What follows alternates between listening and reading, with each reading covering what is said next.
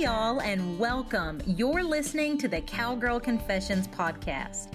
I'm your host, Dakota Dawn Johnson, small-town cowgirl with Southern roots, blazing a trail as a Midwest ranch wife, mama, and businesswoman. The mission of Cowgirl Confessions is to share the wonderfully wild and Western life stories of cowgirls from all walks of life. We'll talk about the highs, the lows, and everything in between when it comes to navigating careers, cowboys, kids, and cattle.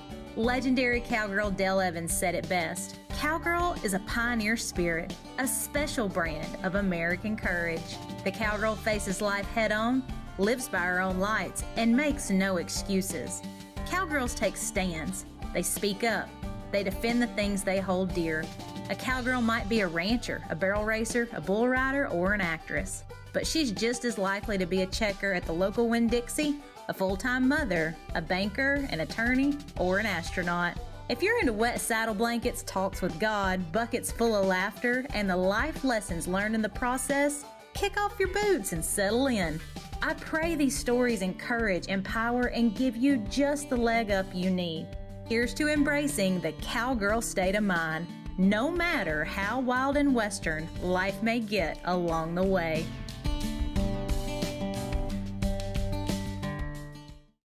Welcome to another episode of the Cowgirl Confession podcast. I am just really thrilled and honored to have a dear friend of mine on today's episode. She is an Oklahoma cowgirl and a solopreneur. This is Kallie Corrington, the owner and operator of Buffalo Betty's Boutique. Kallie, thanks for joining us. Thanks for having me, Dakota. Yeah, so let's jump right in, friend, with what spurred you to action when it came to becoming a small business owner. Take us from the beginning on what it looked like. Back in, I think it was like 2014, my aunt and cousin, who I'm very, very close with, everybody thinks like that my aunt is my mom and that me and my cousin look like twins. But I'm very close with them. They opened their own boutique. It was called Rowdy and Western.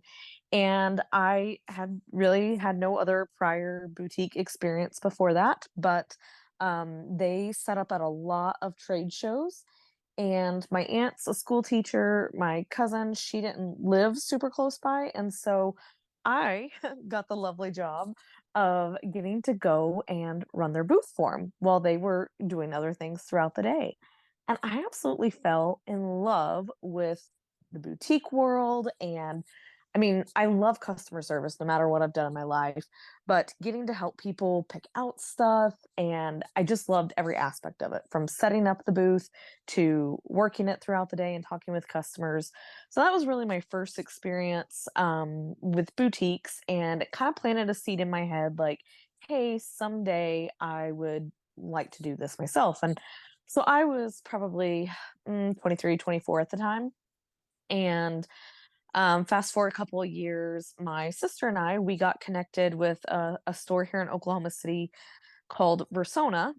So it's kind of like it's like a boutique, but a major scale of a boutique, if that makes sense. It's like a chain store. And we got connected with them through a Mary Kay event. Anyways, long story short, I ended up going to work for them part-time, mainly so I could get a discount on their clothes. Not ashamed to admit that. But anyway, so when I started out there, I was just helping them on the weekends. It was like every other weekend they would mark down certain things in the store. So we would go in at like 5 a.m. and mark down all these products. And I got a really good discount, even on the discounted stuff. And so I had a lot of fun doing that. And then they were needing help more, still part-time, but more than what I was doing. And so I actually got to be in the store then and helping the customers like I had did with my aunt and cousin's booth, but it was obviously a little bit bigger scale. And I absolutely loved that. And while it may have been, just kind of a boutique and you think, oh, that's not a very meaningful job, I had several experiences there helping customers where they shared with me what they were needing a specific outfit for, not just one or two items, but a specific outfit for. And one of the most meaningful things that I actually got to help with that I was like, oh my gosh, like I actually have an important job here. And because I have been trained and know the store and know what to do, I can help this family. One day I was in the store and like these three ladies came in and they were asking me certain questions, where to find stuff and what they were looking for. And anyways, at first I could tell they were being kind of apprehensive, like about telling me what they were looking for. Well, come to find out, their mother had passed away and they were looking for her burial outfit. And they had entrusted me telling me, all these things that she liked, her favorite colors and, how she liked to dress and everything. And I just felt really special that I got to help them. I was quiet and listened to their needs. I wasn't trying to push them. And then once they opened up finally with me, they realized they could trust me. Then I got to help them pick out this, special outfit for their mom. And I don't know, just that day, it re-lit that fire that I had had from working with my aunt and cousin that I wanted to be a part of having my own boutique someday. And so it relit that. That was probably back in like 2016, 2017. Still never taking action on my own dreams. But finally in it would have been fall of 2019. It was my niece's first Christmas, and I decided that she needed a denim jacket that was embellished with like some cool Pendleton material. So I had my granny's old sewing machine. I really didn't even know how to work the thing. I knew how to, well, actually, I can't even say I knew how to like put the needle in the thread or the thread through the needle. Like I had to call my aunt and have her walk me through this. I think there was some FaceTime calls and, a lot of Googling and stuff. But anyways, I figured out how to embellish this jacket for my niece. Well, word got out. Everybody thought it was so cute. And And I found myself it was very well, cute. thank you. I found myself making more for more family and friends. And so fast forward a couple months later to January of 2020. I don't remember why, but my friend Courtney in South Dakota, she randomly introduced me to this online course, if you'll call it, by Mel Robbins, and it was called Best Decade Ever. And for whatever reason, I decided that I was going to do this course. I kind of found myself at the time like not really knowing basically what I wanted to do with my life. At the time, I was basically a stay-at-home wife, and I felt like I really didn't have a purpose like for myself. Everything I did was for others and helping others. And so I did this course, and I really can't tell you anything else about the course other than one of the things was to take action now on whatever it was. It was about dreams and goals and planning stuff, but it was just to take action right then. And I Mhm. found myself taking action to starting this business that I had kind of always wanted to start. And I launched a website, really knew nothing about launching a website. And I started out with just embellishing those jackets. That's all I started out with. And that went over well and just was able to gradually grow. Eventually added in children's clothing, and then eventually, few months later, I was able to add in women's clothing, which is what I had always wanted to do, was have a women's boutique. But just those jackets were kind of the tool to get me started and get my foot in the door. I had absolutely no clue what I was doing with anything really. But I'm telling you, Google can help you do a lot of stuff. I figured out, I needed to get the LLC and file an assumed name. I think it's different in every state, what you have to do there, but and get a tax ID number. Actually, at first, I didn't have to have the tax ID number because I was just, embellishing product that I had. But still, just all that stuff. I really had no clue, but I just really dug in deep and Googled and figured it out as I went.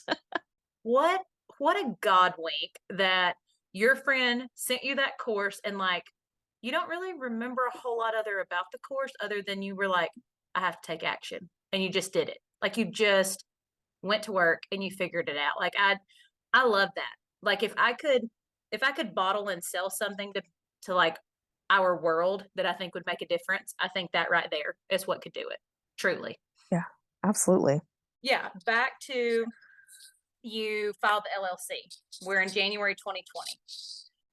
Yeah, so I filed the LLC, had to come up with a name. Ironically, even though this had been my dream for years, I had never really thought about what I would call my boutique. And so this is an important part because I have changed the name since I did start, but and so settled on the name, you create the LLC, filed, my tax tax ID number. Well, that came a little bit later on, and then I'm like, okay, now what do I do? Like, where do I get products whenever I was ready to grow? But luckily, my aunt and my cousin, like I said before, that had the boutique before, they were so helpful and, showing me where to go to get the product. And which I'll be honest here, I probably do things a lot different than most boutique owners do.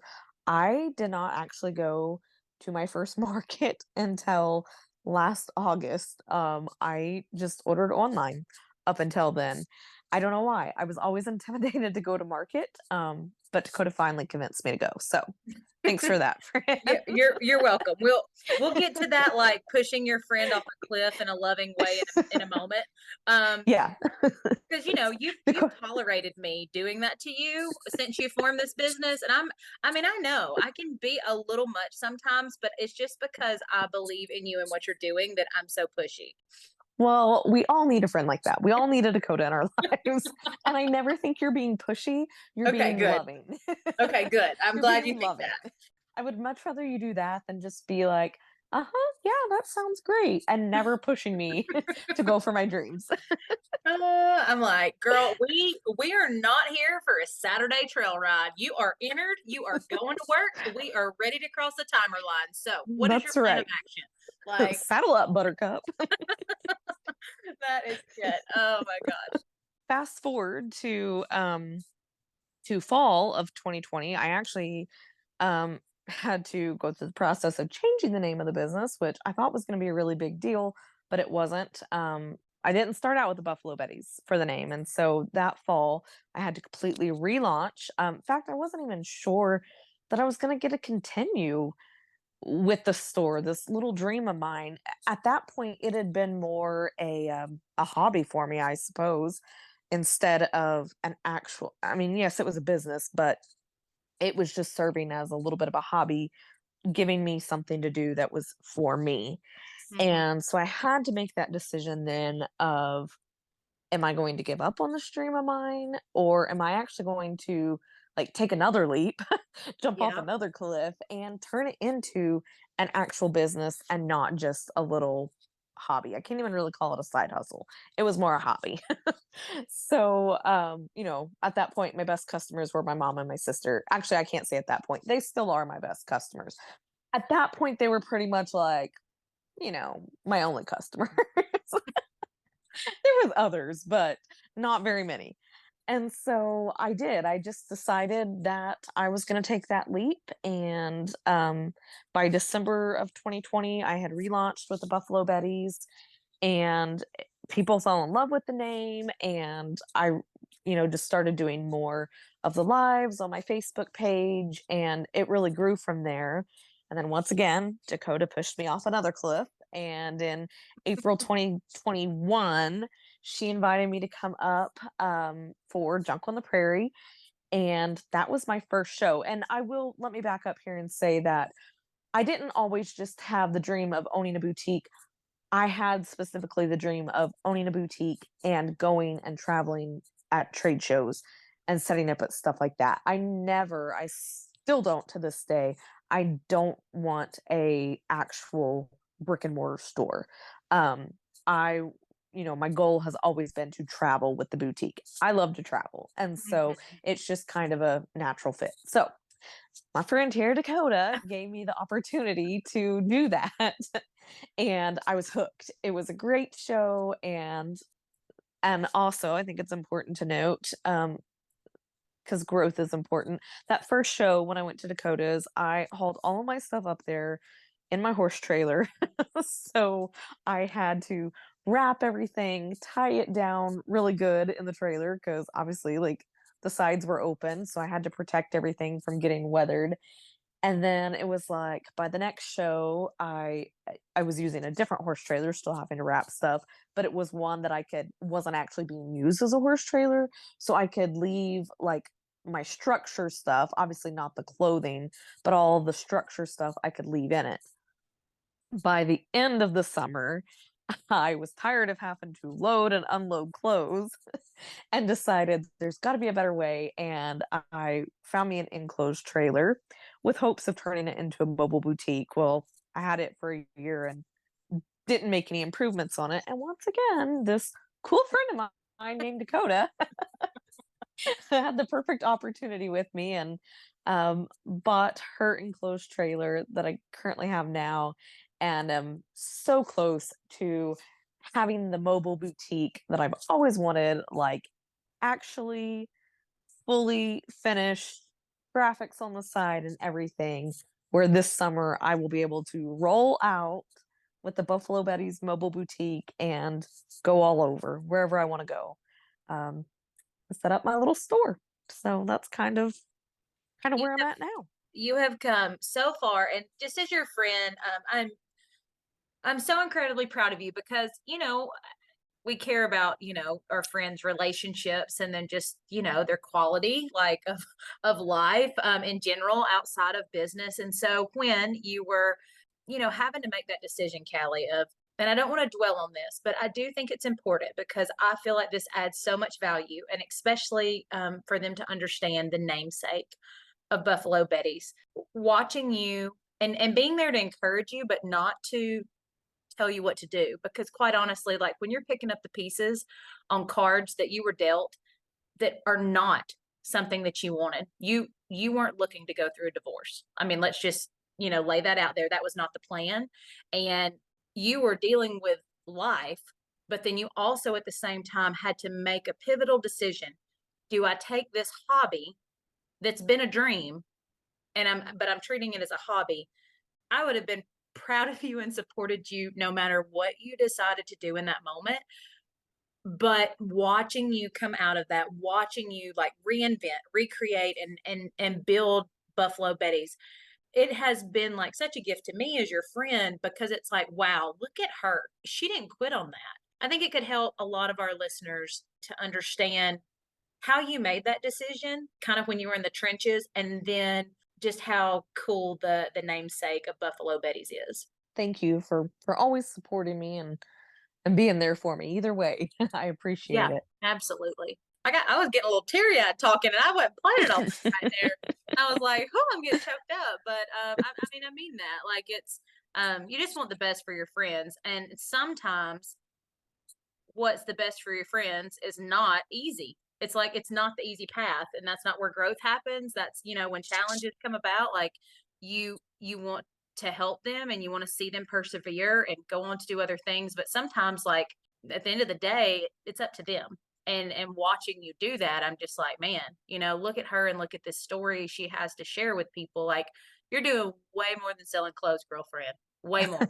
So So, yeah, I had to make that decision, and ultimately I decided, and this might have been kind of crazy, and I would have, like you said, you would have supported me either way, but it would have been really easy to quit. But in my mind, I thought, what better time is there than now? This is my time to follow my dream and do what I want to do. And so I took that mentality and I ran with it. And I'll share kind of the backstory of why I chose the name Buffalo Betty's, because everybody always, every time, it never fails. Every time somebody asks me, "Wow, how did you come up with that name?" And I tell them the story, I think they're kind of just expecting me to say like, "Oh, I love buffalo," or "Oh, I thought it was catchy." But which, yes, I do love buffalo. Actually obsessed with them is a little more accurate than I just love buffalo. And I've always been that way. I don't know. I think I really can't even tell you why I love them. I'm just obsessed with them. And then a few years ago, I read this article that just solidified my love for them even more. But the article used how cattle and buffalo deal with storms to share two drastically different examples of how to handle adversity. So, as the storms build, when they build in the Rocky Mountains of Colorado and they start moving towards the eastern plains, cattle, they'll turn away from the storm and try to outrun them.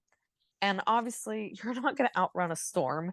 Mm-mm. And so instead of decreasing their pain and suffering, they actually increase it and it lasts longer because they are traveling with that storm every step of the way. But buffalo, they turn and they run head on into the storm. And so while both animals are going through the same storm, the same pain, the buffalo are decreasing their amount of suffering because they're moving through the storm instead of with it. So when I heard that article, I was like, man, I knew there was a good reason that I love buffalo because they're smart. And then so then people was like, well, where does the Betty come from? Well, Betty was my paternal grandmother, and she taught me so many things, including how to ride a horse, cook, sew, but most importantly, she taught me that I could do anything I set my mind to do. My granny, as I called her, she believed in me more than I ever could believe in myself, and she was always encouraging me to try new things, even if I didn't want to try them. Like she thought everybody in our family needed to be a musician. I do not have a musical bone in my body. But, she took me to fiddle lessons at one point. God bless anybody that ever had to hear me do that. She tried to make me learn how to play the mandolin. She took me to voice lessons, and it just was not my gift. But, you know, I was her granddaughter and she believed that I could do it. um God bless Granny. so Everybody needs a Granny. exactly. Exactly, they sure do. But as we've all have inevitably had to endure in our life, I've been through quite a bit of storms, and I just thought that choosing the name Buffalo Betty's, putting my grandmother's name with my favorite animal, I just thought that it would continuously remind myself and others to face adversity head on like the buffalo. And my granny, she was a prime example of living her life that way, and I thought there was not a better way that I could honor her memory than to have her name and legacy at the center of my business. So that's how I kind of combined it all. And I was like, that is the perfect name. Buffalo Buddies, it shall be. It is so perfect, and there is so much purpose and intention, and like you said, just a legacy there that you're getting to share of your grannies. So the Buffalo Betty's name is just really, like you said, it serves as a reminder, like, hey, suck it up, Buttercup.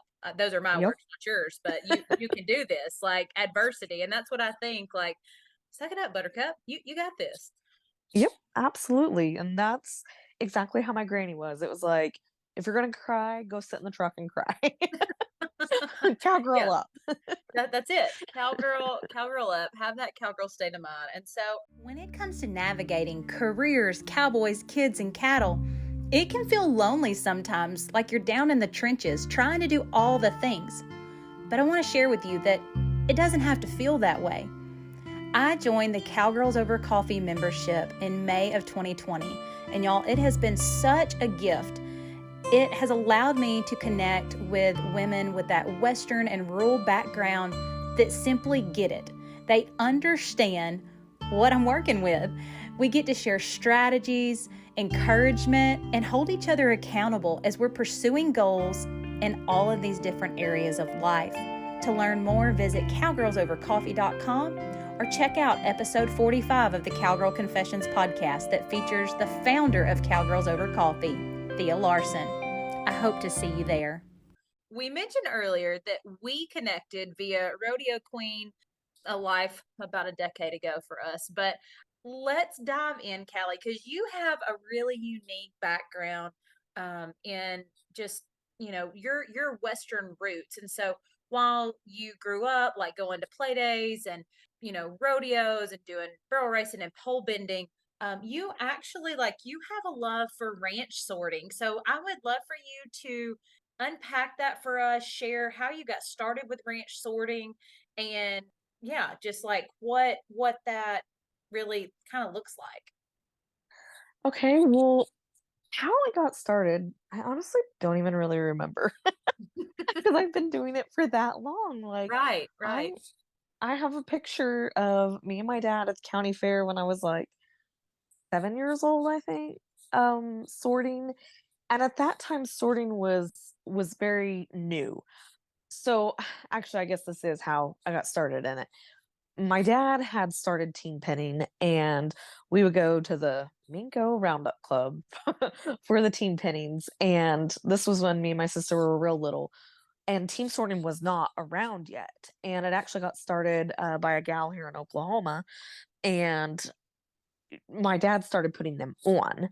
Once he had went to some, and he had cattle and he had the means to put them on. And so that's how I got started in it. And the sport itself, I've actually seen it evolve. So if you've never seen sorting, it involves 10 head of cattle that are numbered, so 0 through 9.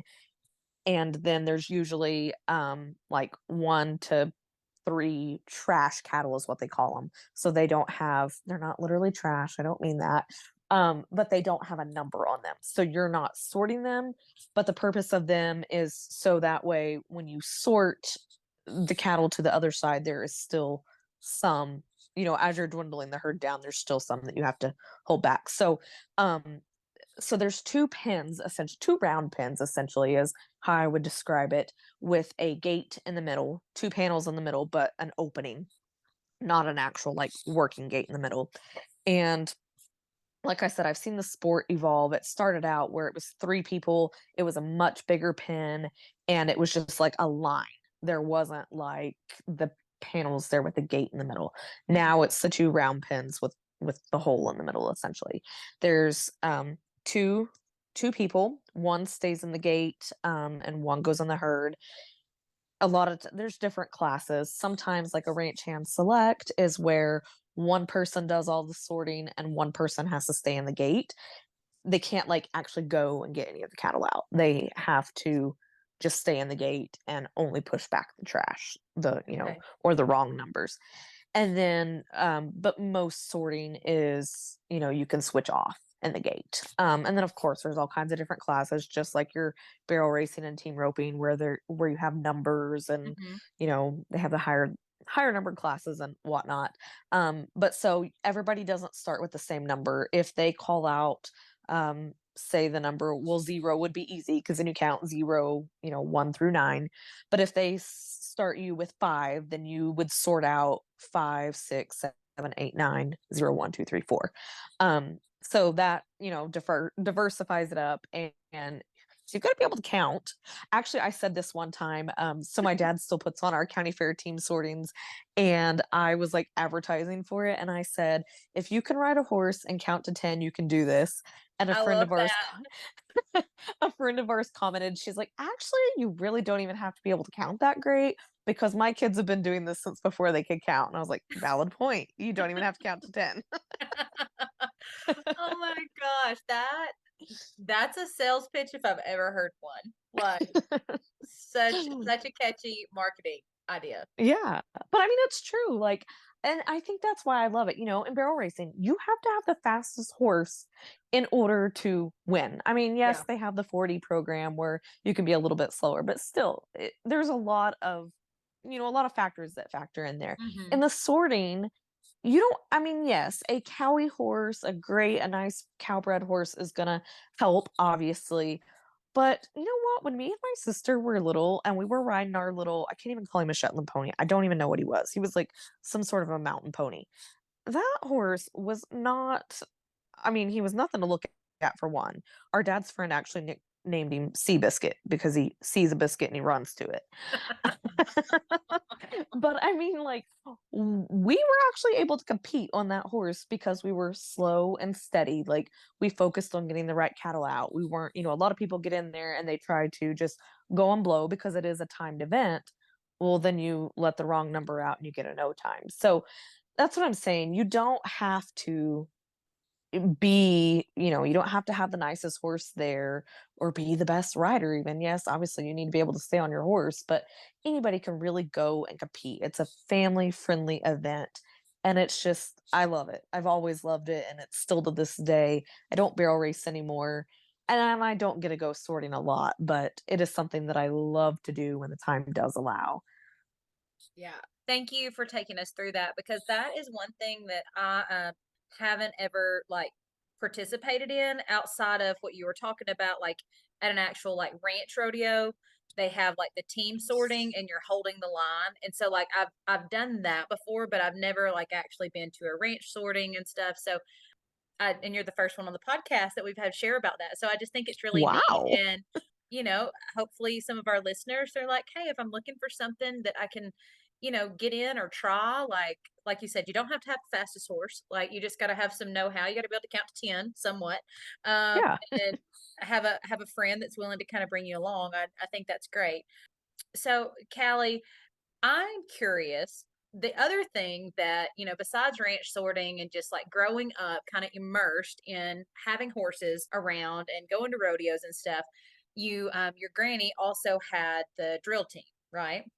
Mhm. She And did. so, you grew up riding on this drill team and your sister is still super active with that, like carrying on that legacy, just from watching you, the skills and everything that you learned from being on the drill team, then translated into you being a rodeo queen. So I'm curious, what are some the skill or some skills that you feel like being a rodeo queen has helped you with being a solopreneur? Oh my goodness. There is so many things that Rodeo Queen has helped me with. Literally everything in my life, I feel like being a rodeo queen has helped me with. But and I just answered this question the other day. I was featured on a Facebook page as an alumni, and they asked me the same question. What did Really? being a rodeo queen? Yeah, what did I get asked that a lot, honestly. And the main thing I think is that being a rodeo queen taught me how to have a find a way, make a way attitude. Hmm.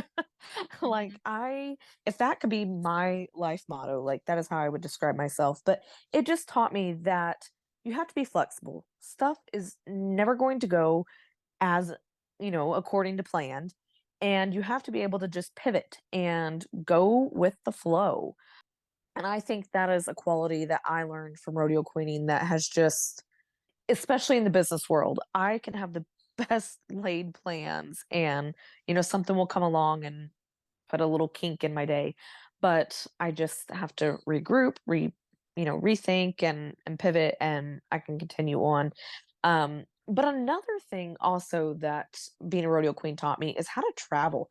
And this is something that I took for granted for so many years that I didn't realize that being a rodeo queen taught me to do, but being able to independently travel, navigate myself to and from places and, be a big girl about it. Like, I never really realized that until I got older that not everybody had those experiences to know how to do that.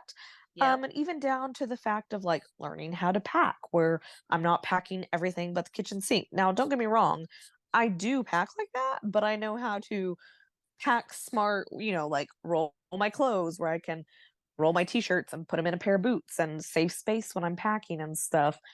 Um, And be I- mindful that when you get to the airport and you're sharing an Uber with someone, you need to have a, let's call it a friendly, acceptable, normal, like amount of right, baggage to where you're not taking up like the whole trunk plus part of the back seat and then you're expecting two more people to ride with you to get to the hotel. Like there is right. an etiquette, I feel like an unspoken etiquette of when you arrive somewhere, it's like, oh, she's the girl. Like she's the girl that always Yeah, overpacks, like, we all know one of those people. and you don't, let's be honest, you don't get better at that Yeah, unless you've continued to go and do it. And at some point you're like, I don't want to haul this junk around. Like, let's pack smarter. right. And along with that, something else that I learned was like planning your outfits where you're not having to take 10 different pairs of shoes to go with 10 different outfits. pack color smart wise. And so I have taken that knowledge, not just Mhm. with the packing, but also when I buy for my store. I try to buy pieces that can be paired with, a basic shirt that I could wear it by itself. I could wear it with a pair of leggings. I could put a jacket over it and dress it up. I could put a blazer over it. I could add belts, jewelry, different shoes, and take one item and make, five different outfits out of it.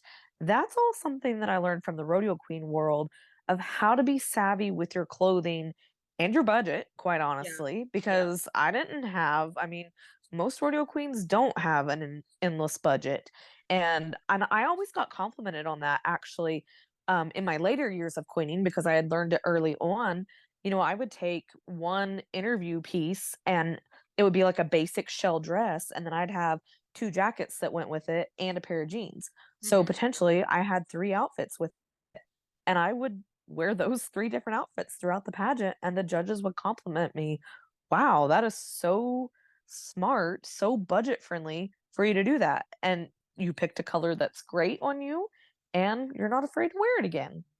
Yeah, and So, I love I that about shopping with you because literally I'm sitting here thinking like last week I went to um like a visitation and a funeral and I had two children with me and my husband and it was like a quick turnaround and so like I packed three Buffalo Betty pieces and one pair of blue jeans and then like a skirt and we were gone for 4 days and I made that look three different ways to go and it's because I could dress it up, I could dress it down, and like if you don't rewear your jeans, then just don't even judge me. Like you're not my kind. Like I No, mean, I'm your kind. but I mean, I do love the versatility. It's like, Callie, when I think about how you buy product for your boutique, I'm like, she buys it like when you're going to look for an all-around horse. You want it to serve a purpose. You want to know you can feel confident on that horse when you enter any arena. That's what I feel like when I shop at Buffalo Betty's. Absolutely, like, you can get the fanciest one, and it's gonna cost you a little bit more, but you're not gonna get use it Yeah. 5 Yeah. different times. You're gonna only gonna do one thing with it. Yep. Yep. Gosh. See, we get the cowgirl state of mind, and our listeners they Absolutely. get it, and I just know they're going to enjoy getting to. If they are not familiar with you already, they're going to love getting to learn more about you, shop with you, and let's talk a little bit about because I know you've got to have a good story because I mean you've grown up in the Western industry, so what is the wildest thing you've ever had to patch together with like duct tape, baling wire, bungee cords, just to like, hey, we got to get by, we got to pivot? Well, I am Ronnie Baker's daughter, so if anybody knows how to do stuff like that, it is me.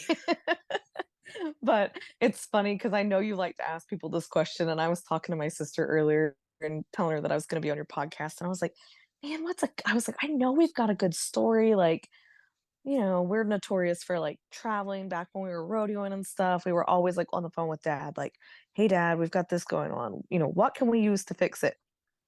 And she was like, "Oh, well, like, all of our bridles and tie downs, they all have baling wire on them." And this was my exact response. I said, "But that's normal. Yeah, that's normal.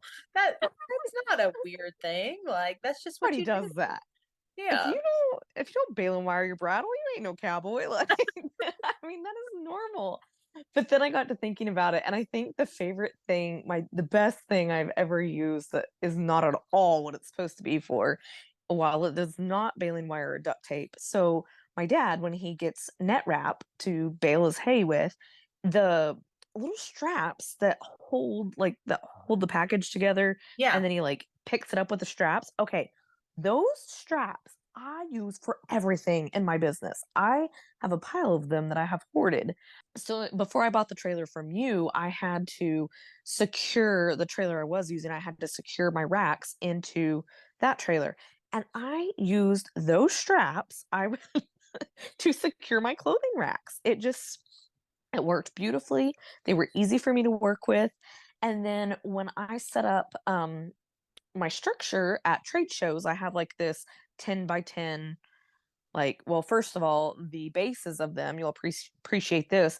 It's a disc, the wheel off of a disc that Mhm. goes behind a tractor, and then I have these poles that sit in that. Well, I'm a little vertically challenged, if you will, and Same, so same. when I'm setting up this booth by myself, because it's 8 foot tall, and then the poles are 10 foot wide, to make the base a 10 by 10. So I stand up on a lat. I get my upright pole, and then I stick one end of the pole on my little like corner piece, but then I have to be able to securely hold it up until I get over on the ladder. So I take those straps and I loop them around the other side and stick the pole in it to, keep it from falling on me Yep.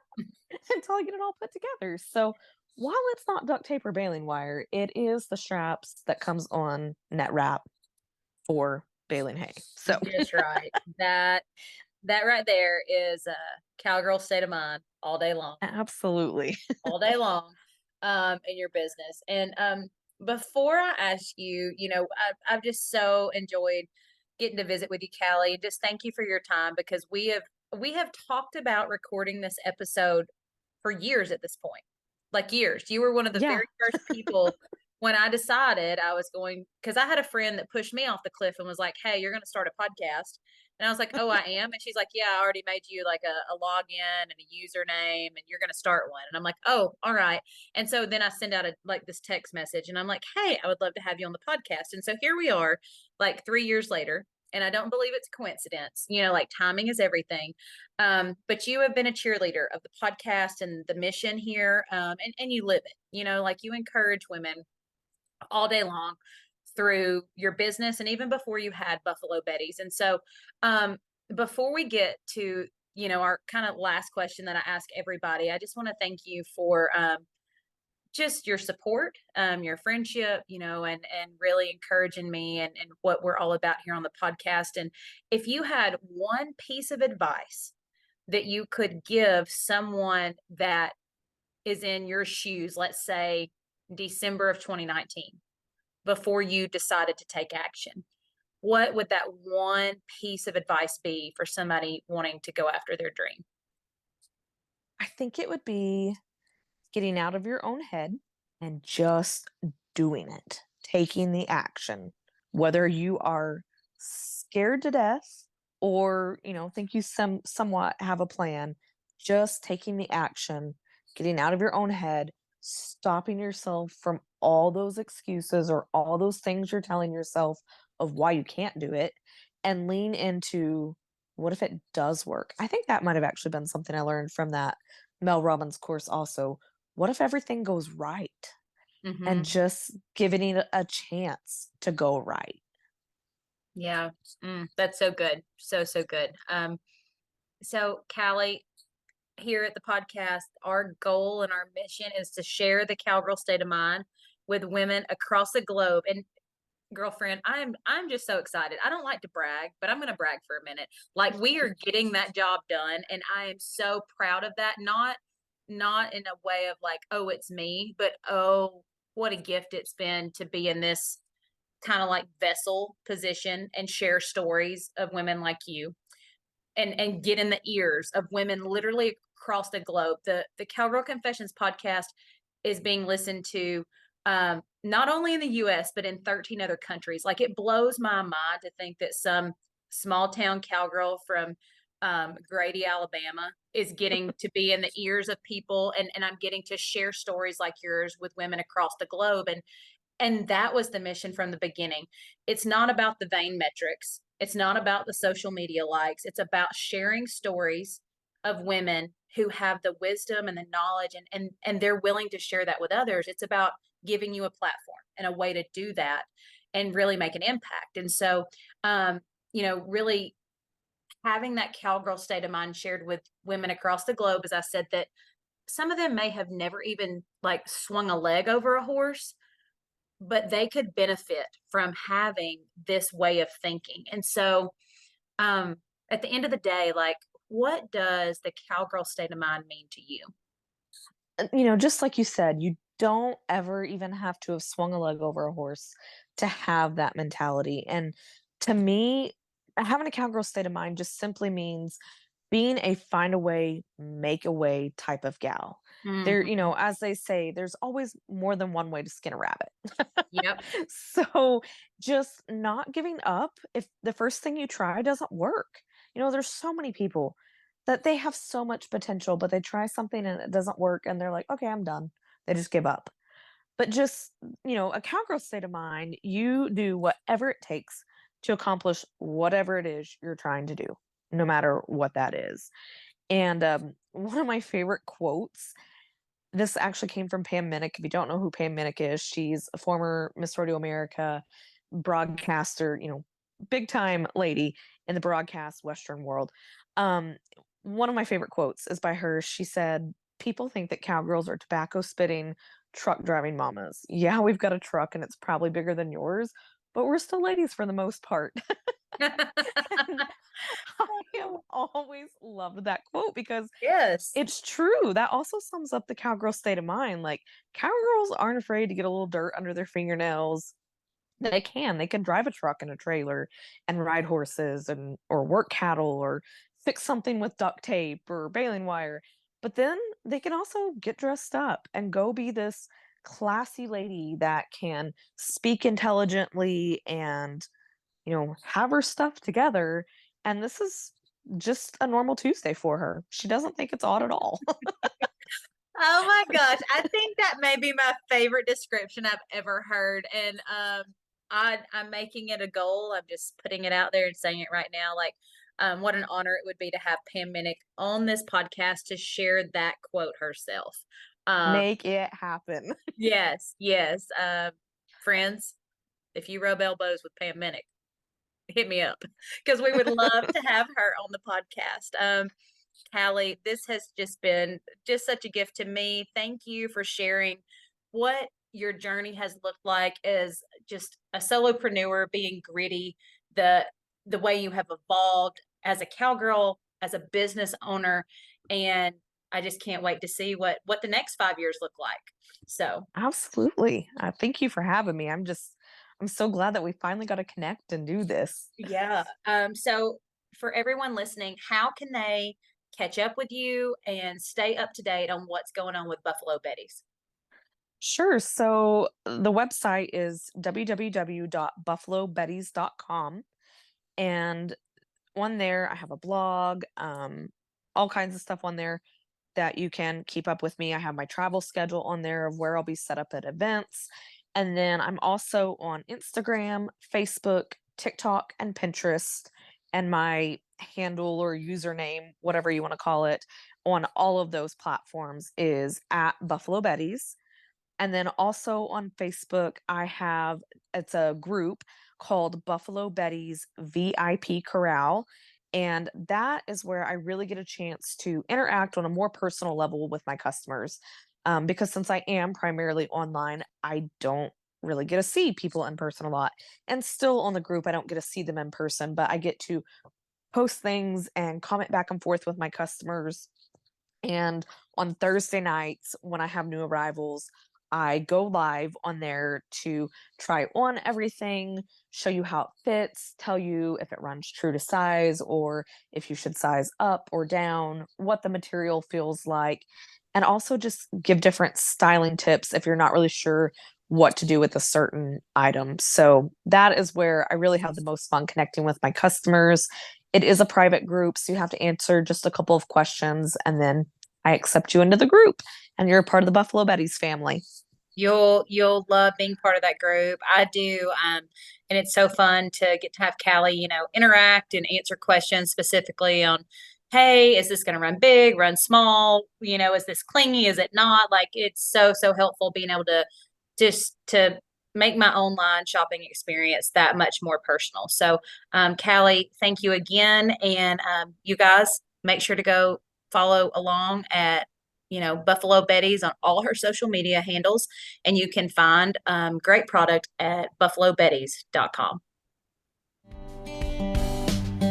Thank you for spending your time with me on the Cowgirl Confessions podcast. I'm so glad y'all stopped by. If you could take a moment to share this episode and tag us on social media, I'd be happier than a cowgirl in a sea of buy one, get one vintage turquoise. Subscribe to make sure you don't miss an episode. New episodes will be released bi-monthly. Please leave us a review if you feel so led by going to iTunes. Your feedback will really help us breed the idea of grabbing life by the horns with a cowgirl state of mind into women across the globe. Some that may have never even had the privilege to throw their leg over a horse, but could most certainly use the cowgirl state of mind while navigating life. Thanks again, y'all. Until next time, keep pursuing your dreams with that all go and no woe mentality. Remember, you're writing a story that's worth saddling up for, sister.